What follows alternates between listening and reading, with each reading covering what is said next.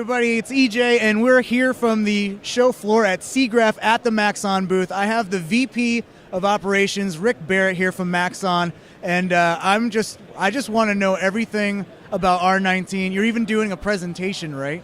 Yeah, I got to do a presentation this year, so that's going to be interesting. I've done presentations for user groups, but I haven't done a Siggraph presentation in I think 10 years, so that'll be fun. But yeah, great new features in release 19. We've got the new viewport is just beautiful, right? I mean, you could really get away with just using it as a render.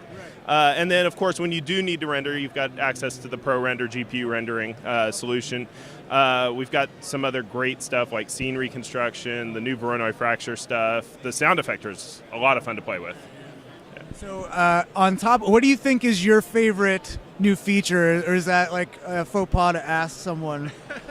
My favorite feature is actually the object insertion modifiers. Cinema 4D users are used to being able to hit Alt or Control in order to create objects in certain spots in the hierarchy, but that never supported multiple selection.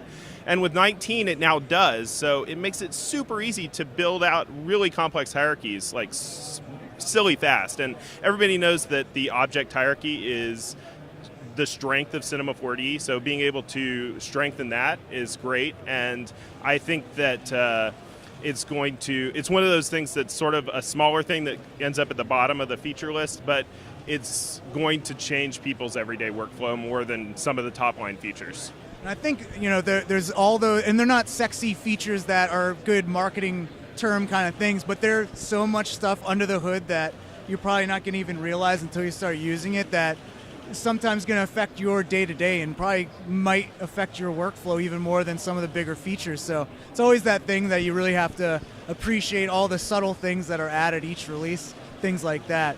Right, and it's always fun for us to see, because we kind of have an idea of the way that we think the feature can be used, but then especially with our market full of MoGraph artists who love to misuse things, it's great to see what the artists end up coming up with to abuse and misuse the features, and it's just a lot of fun.